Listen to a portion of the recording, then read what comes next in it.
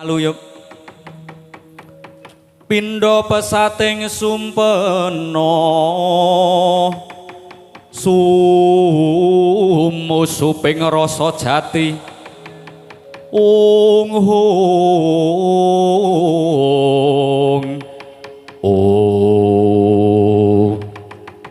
datan kawusa ingkang manjit wonten ing Gubit Sanggar Pangarup nalika semanten Prabu Baladewa mboten karenan penggalihe dene sampun kaslomot manah lan penggalih nalika semanten ngawe para pangombyong inggih menika para Sata Kurawa ingkang andherekaken lampahipun Sang Nata Mandura nalika semanten medal Jawi kados tirta mbludak haning dedaratan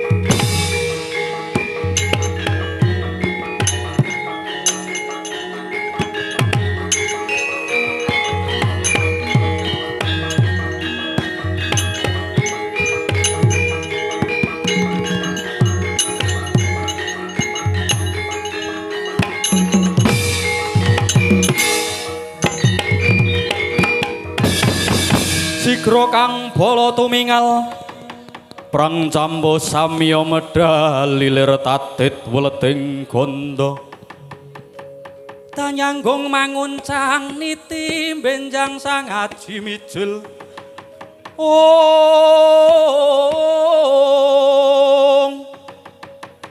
benjang sang aji mijil ing sasana palagantu ing aberang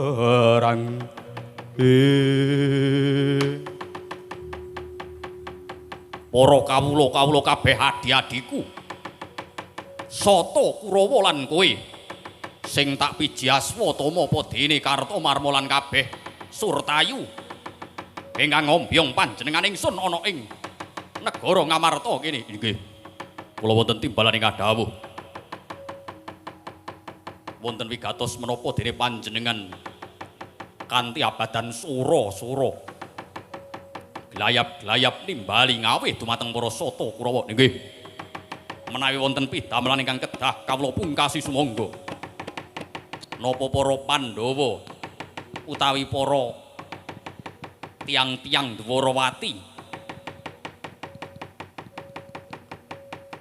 badhe gepuk perang wonten ing madyaning palagan menika aku wis matur kanthi pertela apa anane dene panjenengan ingsun bakal nyuwun ngampil wujuding pusaka ingkang winastan Sekar Cangkok Wijaya Kusuma ananging kabeh sing tak tindakake gagar wigar tanantuk karya iki kabeh ora ana liya sing dadi tuk sumbere marayaku wurung sedyaku ya kuwi Antasena mula iki dina iki aja wedi kangelan rangketen Antasena bondonen sakwuse kowe wis iso ngasorake ngalahake marang Antasena panjenengan ingsun bakal sak pejagong karo Yayi Prabu Sri Bathara Kresna nggih menawi kepareng bidalipun para wadya dinten menapa raketan sambung ngobor colok lintang mangkata dina iki nggih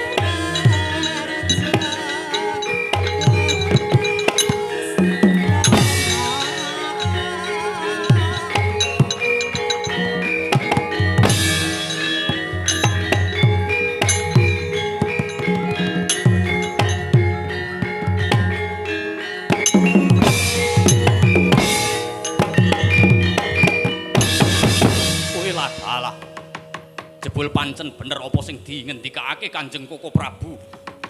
Yen to anggone Koko Prabu bakal sowan ana ing negara Dwarawati pancen nemu pepalang.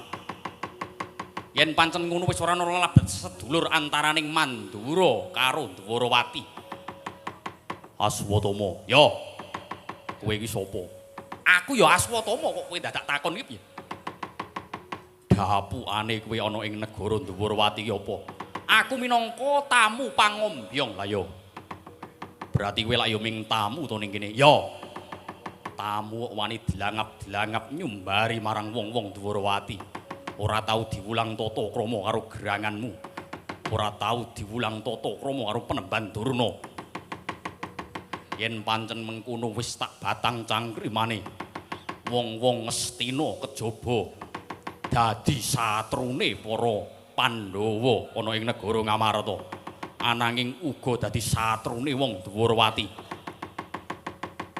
Lirik kowe kepiye kok iso matur kang kaya mengkono? Ya, wis ana bukti yen to wong-wong Ngastina tansah gendak sikara. Aku isih ngeman karo kowe. Baliya kowe. Ora sah tok bacutake. Sediane para Sata Kurawa anggone nderekake bendaramu. Malah dalah ora iso. Yen ora iso tak babati gamanmu, tak gulungi genderamu. Nadyan ijen tanpa ruwang, ora bakal wang-wang nyawang kredaning para Sata Kurawa. Oleh bacut ra oleh ngruda paripaksa. Oleh dalan kiring nanging sempalen bau kiwa teng ning Setyaki. Babu arep apa? Ora minggat saka ngarepane Raden Aswatama tebak dadamu kene marganing patimu. Singalena prapteng lalis.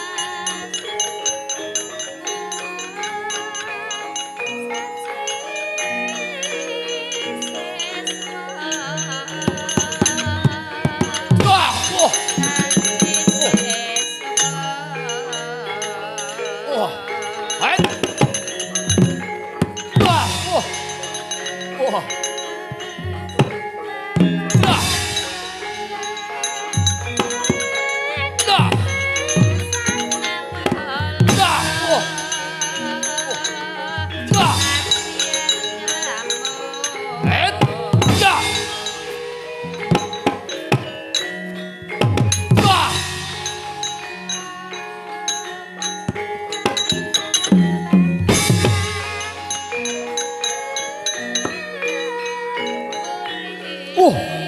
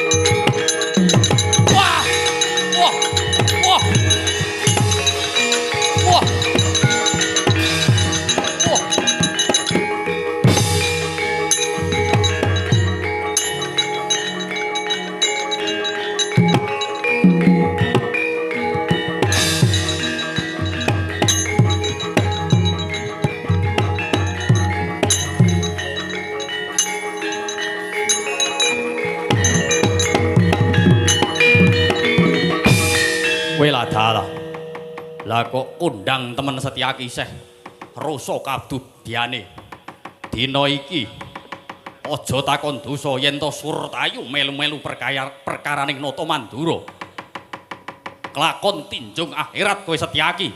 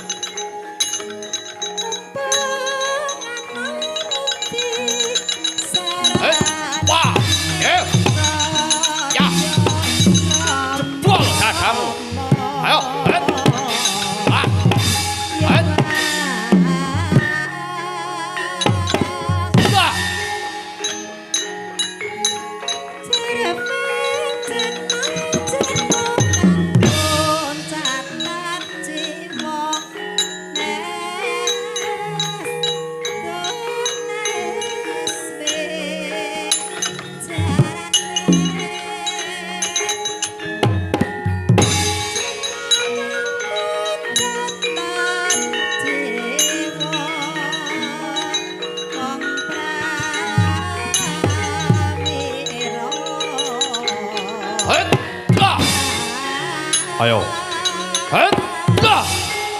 Ayo.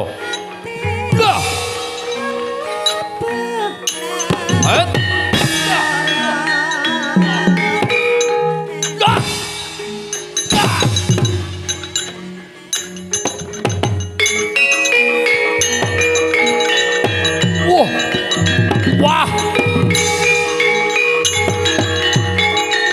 Amuk Suraprata Jayaprata Bangyan padha-padha Setyaki rumangsane kuwi kaya lanang-lanang dhewe iki Nata Mandura tandang ngono.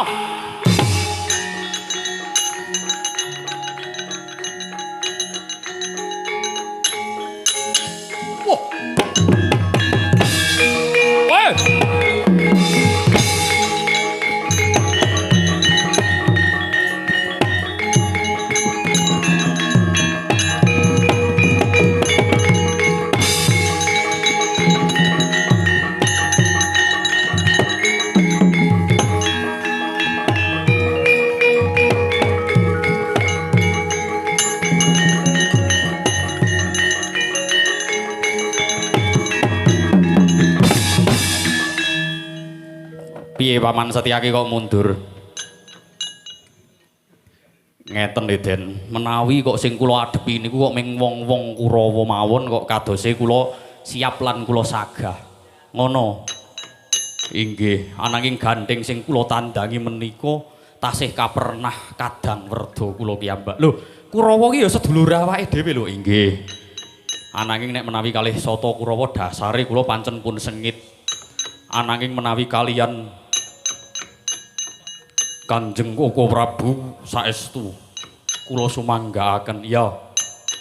Lunyu polek dalane inggih. Kejawi lunyu ananging ugi kula nggih radi kacipuan anggenipun sabetan. Oh, heeh. Kethaki wae Bagas kuwi. Heeh, inggih nggih. Mboten dados menapa.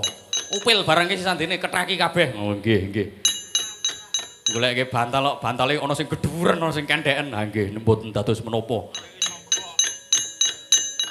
Napa ngopi-ngopi kalih ndoro-ndoro yoga monggo mboten usah perang. Ya ora ngono awake dhewe iki minangka dadi ana paribasan keren kae lo jual gue beli. Lah kae sing bibiti perkara wis sinuwun ya wa mandura. Mongko jebul tinemune diderekake marang wong-wong saka Ngastina. Yen pancen kowe rikuh, kowe ewuh karo Kanjeng Koko Prabumu. Dina iki uga aku sing arep ngadepi karo Kanjeng Wamandura. Inggih. Lajeng kebareng paduka Raden anak emas Santasena kados pundi? Aku tak njaruk iringan ngayogjan wae ya Paman. Ha inggih, inggih sendika dawuh. Nyala kuwi tak klambine karo pakaiane tok wae. Oh inggih. Anune ngayogjane malah kepenak. Inggih, inggih sendika dawuh. Ngatos-atos nika ingkang waduka. Piye? Duka. Lho, rumangsane aku ya ora iso nesu po. Inggih. Nek Wamandura kok duka, apa meneh dukane karo panjenengan ingsun kuwi ora apa-apa. Ning nek ndukani karo Dwarawati iki dadi tanggung jawabku minangka anak kudu iso mikul dhuwur mendem jero karo wong tuwa. Inggih. Ngatos-atos nggih. Ya.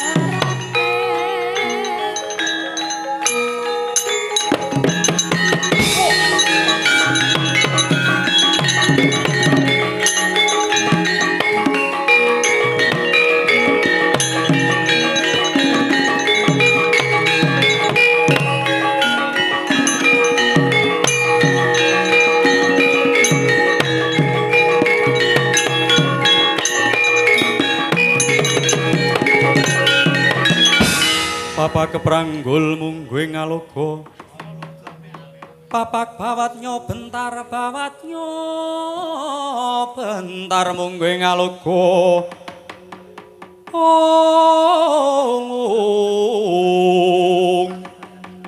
papak mungguing ngaloga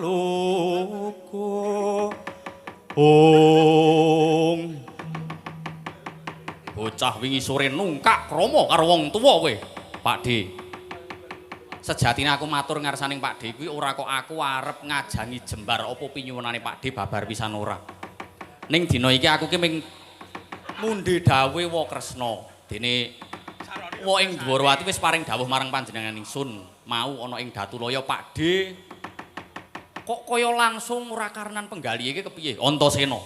Aku kuwi wong tuwa, aku ki wong gerang. Ora semang nganggo disindir ngono kuwi wae. Kedhep lirining retro apa sing wis dilirik marang wong sepadha-padha kuwi panjenengan ingsun wis mangerteni. Lah kok sliramu kanthi tawang-tawang waspa kaya dene nangis takon marang wakmu Dwarawati. Iya. Panjenengan ingsun pancen goleki bapakku ning ndi. Mula ora aneh nek dina iki aku kudu ngayogyani apa sing dados kersane wa ing Dwarawati. Aku mung kepengin sak pejagong karo Pakde. Pakde, wurungna sediamu anggone bakal nyuwun ngampil wujuding Sekar Cangkok Wijaya Kusuma. Mbok menawa liya dina meneh ora iso. Oleh bacut ra oleh. Dina iki uga magao dadamu tak pancat dadi ingkung menungso kowe parat. Mentango kaya gendhewa tak ungkuli jelantah kelakon dadi gedang goreng kewandamu Pakde. Wela dalah marah tawa gedang goreng barang. Wenyeti gandum karo pati tak tapuki ngiwa nengen. Kelakon dadi cilot gongso leganing atiku. Weh. Dodol sume to iki jebul Pakde iki ya. Mapano tak giling awakmu kelakon dadi bakso drohon. Weh, wani ngunekke drohon karo Pakdemu dhewe. Ha iya. Walah dalah. Malah pamer untalan bocah iki. Maju tak tibani endhog Jawa tak ublak kelakon dadi martabak kowe ngger dapur. Tak rajang tak sunduki tak bakar kelakon dadi sate we. Kae kanca-kanca wis do muni enak-enak. Yo nek ngono. Wani ngilani dadane Nata Mandura Prabu Baladewa ya wakmu Mandura. Tak sigar tak sisiki kelakon dadi pemean kowe. Antasena. Oh. Sampeyan ki jebul ya dadi tukang gaweni pemean barang saka pring ngono Pakde. Yo. Ngandelo wani maju dhisik tak ritke suket, tak cacahke gandul. Tak dadekke siji karo Mbah Durna. Wah ngece kowe parat. Iki marganing patimu sak gendhingmu tak kendangi Pakde.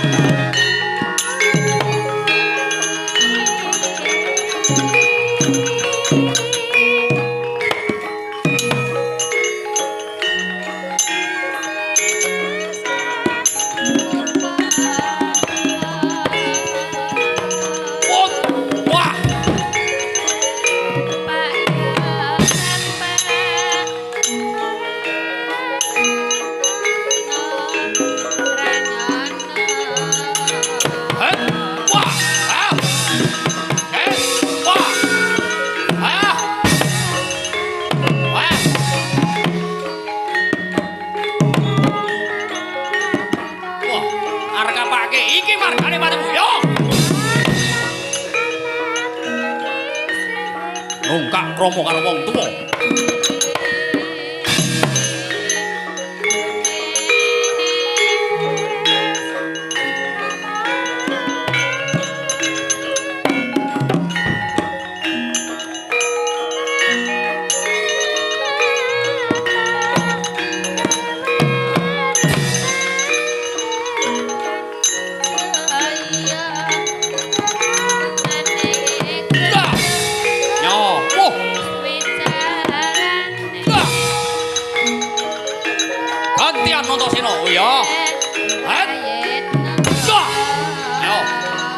Matno sastra jendramu. Tekeno jijo kawijanu.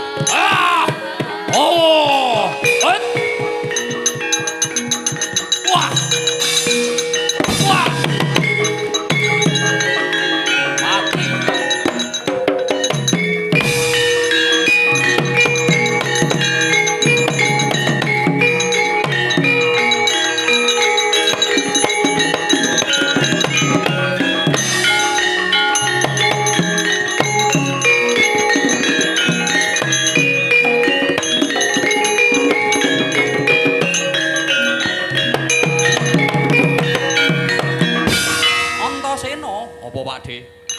Kowe mundur saka palagan ora kaya adat sabene Antasena. Kok kowe iso kalah karo wakmu? Ora le masalah kalah. Saploke aku Bandayuda karo Pakde kuwi ana perkara sing aneh-aneh. Perkara sing aneh-aneh sebab apa? Kok kayane kaya aku ora yakin nek ke Pakde Mandura. Tur dasare ngane-aneh awit saka siji. Heeh, piye critakno? Nyuwun ngampil pusaka Wijaya Mulya. Heeh. Ingkang angka 2 kok langsung ora karenan penggalihe nalika awak dhewe matek aji kebatinan mau to. Heeh, Antasena. Ingkang pungkasan. Sarehne aku wis Bandayuda karo Pakde umpama lho Antasena kok langsung ngalahke marang Pakde kuwi angel mijet wae ngranti tegese aku sepele anggone iso ngalahke karo Pakde Mandura. Wo mengkono. Tiba isin tiba ewuh apa piye ora? Nek tiba isin utawa tiba ewuh kuwi babar pisan ora ning ana kaelokan.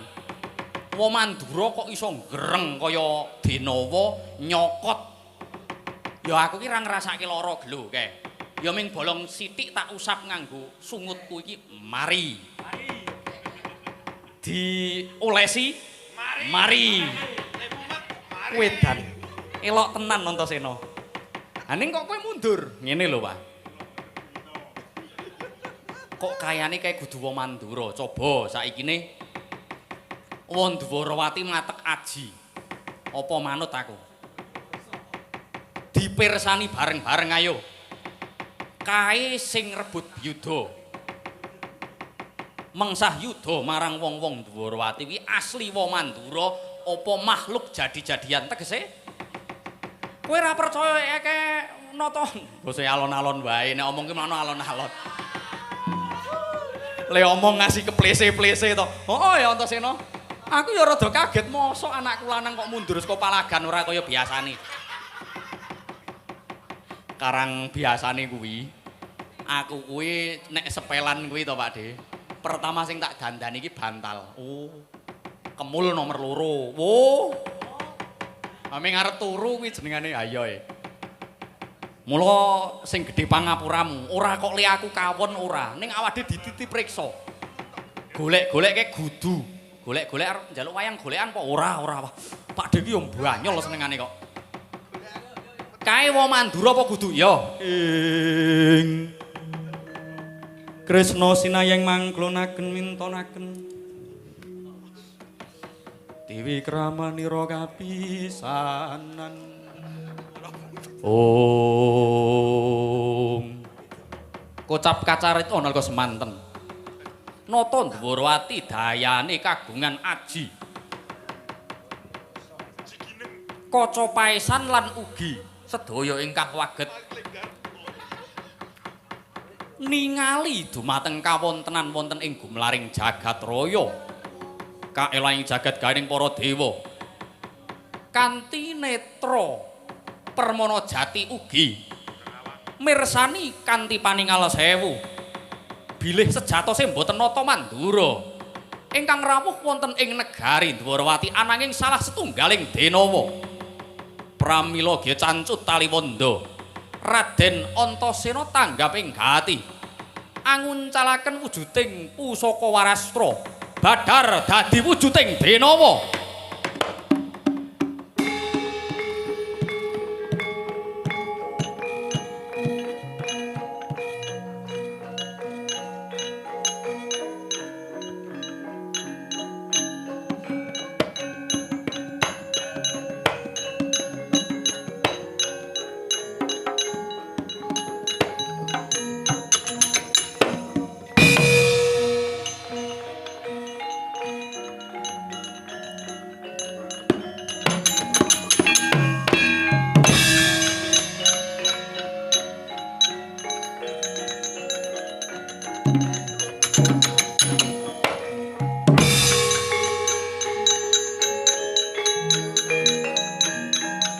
Ayo.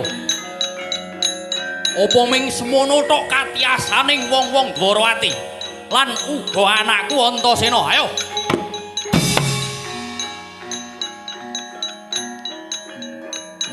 Yen pancen ngono, ngalno dadamu kabeh wong-wong Dwarati iki marganing patimu.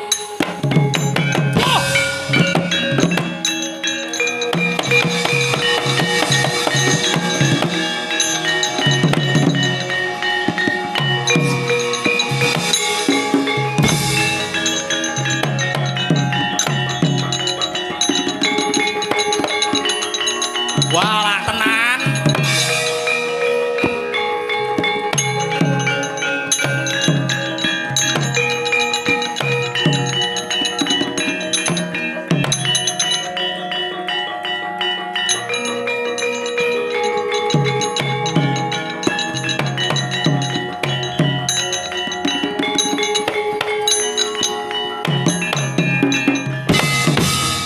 Kakyatri sang kapirang Rinangko lagi nempet kampet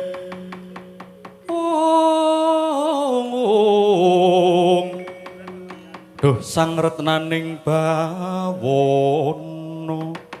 Kowe ladak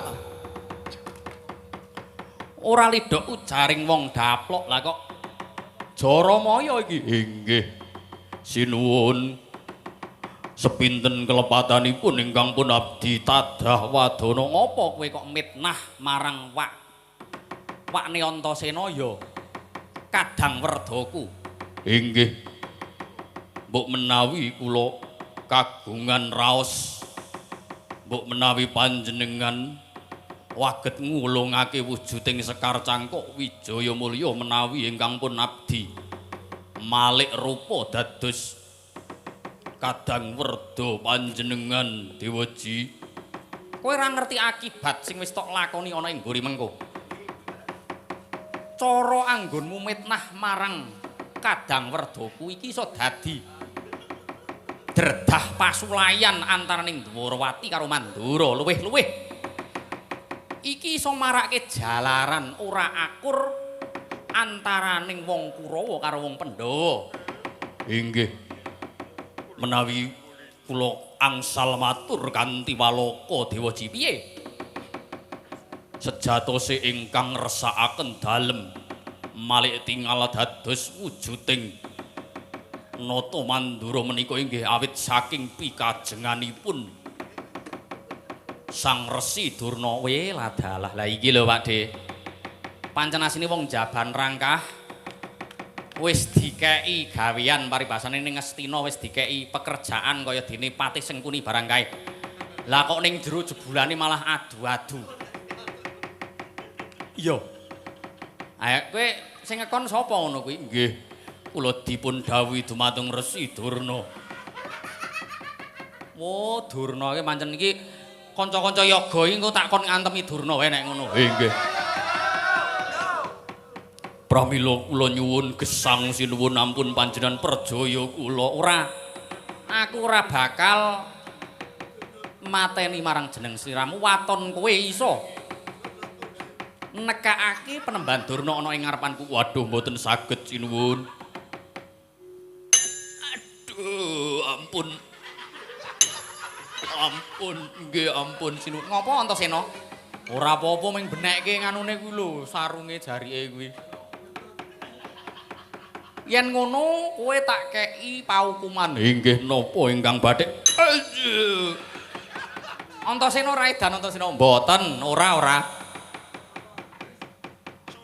Wong ya ming ngemek sithik kok iki lho sarunge iki kena angin iki nyilak.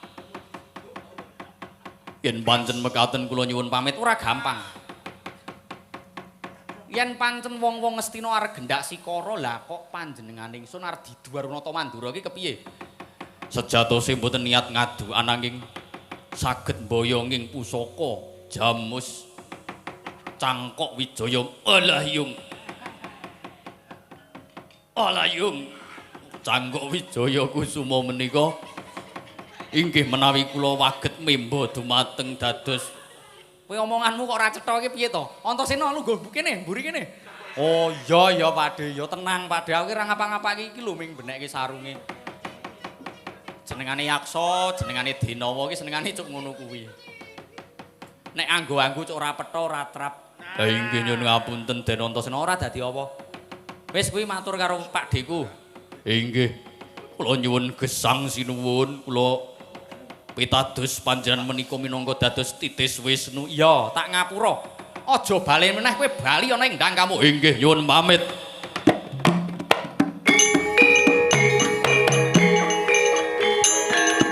Nyuwun pamit ambek. Oh.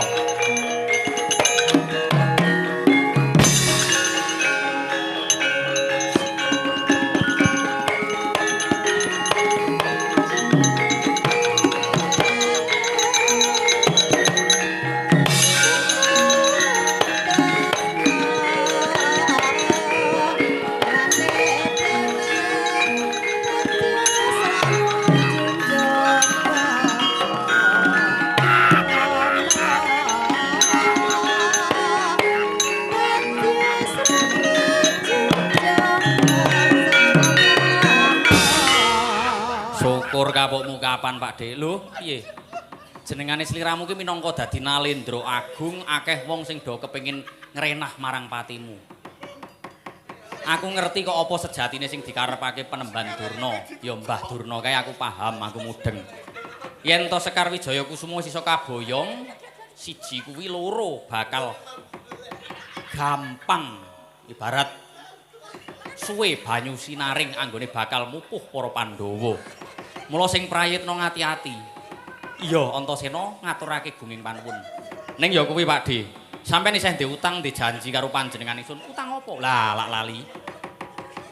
Bapakku ning ngendi? Oh, Antasena aku ki lali. Lali piye? Wah, nata agung kok lali. Panjenengan ingsun iku nadyan titis Wisnu ning aku iki uga menungsa lumrah. Oh. Sabanjure sing duwe Purbawasesa, kawenangan kuwi ana ing Kahyangan Suralaya. Ibarat Wisnu ki minangka dadi putranipun Atmajane Sang Hyang Bathara Guru, mula kanthi paningal sewu aku ora iso nglacak. Wo, nglacak barang iki basa ngendi? Ora iso goleki ning ndi bapakmu nembe lenggah. Mula kowe sowana. Sherlock kaya Pak De ya. Ora nggo HP. Oh. Mula dina iki kowe tak dawuhi supaya munggah ana ing Kahyangan Suralaya. Nyuwun presa marang eyangmu Bathara Guru. Waduh. Aku ora kulino ya munggah ning Kahyangan ya, Wo. Biasane aku cuk kumpule ya mung karo kanca-kanca yoga, kanca-kanca sinden sak panunggalane. Kadang kala ya gelem sowan ana ing pondok pesantren kene iki. Lah ming ngono kuwi tok nek ndaki-ndaki matur ngarsane Eyang Guru ki kok aku kok ndak duna dungkap ora pas karo aturku kok malah ora prayoga. Ya wis ngono wae Antasena. Yen pancen kowe sungkan, Wah, jan bahasane iki mbok ditata sing kepenak to, Dede. ora apa-apa wis to Antasena. Tak derekke ayo munggah. Lumampah ana ing Jumantara sowan eyangmu, ya wong atu aku. Sowan marang Bathara Guru, pukulun Bathara Guru. Ning kowe unggah gue sing apik ning Kahyangan iki ana pranatan. Iya, Pakde, iya. Ya wis ngono ayo derekno panjenengan isin. Ayo Pakde.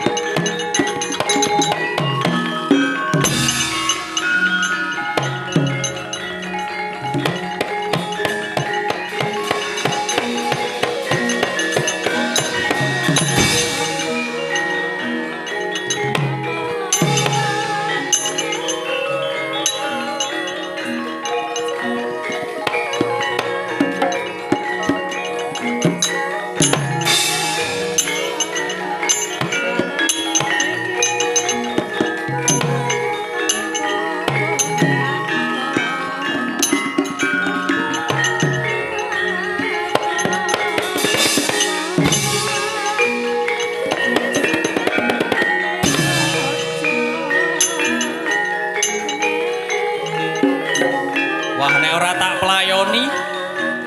Ora nyandak iki ya. Tunggu aku, Pakde.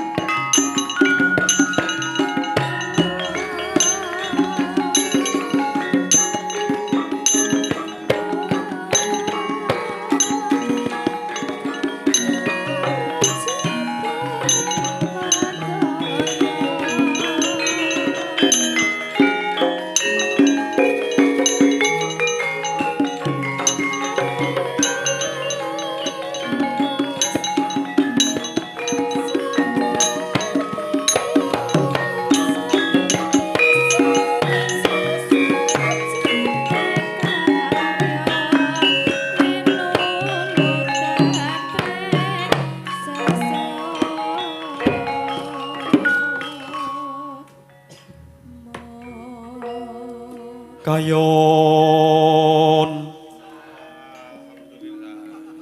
kati ubeng angin sumyak swarane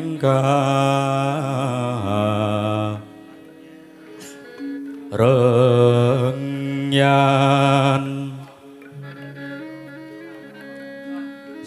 samirana mawur kelawan wiris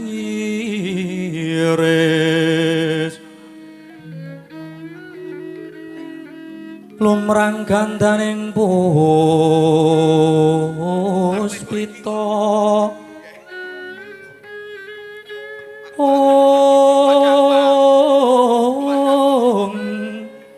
karengguan pudami ora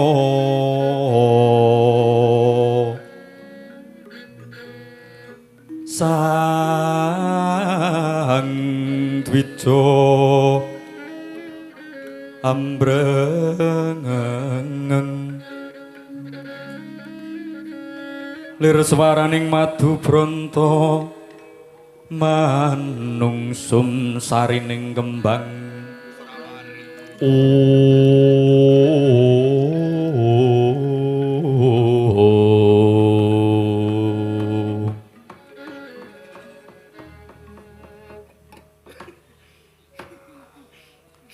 leri ler tandure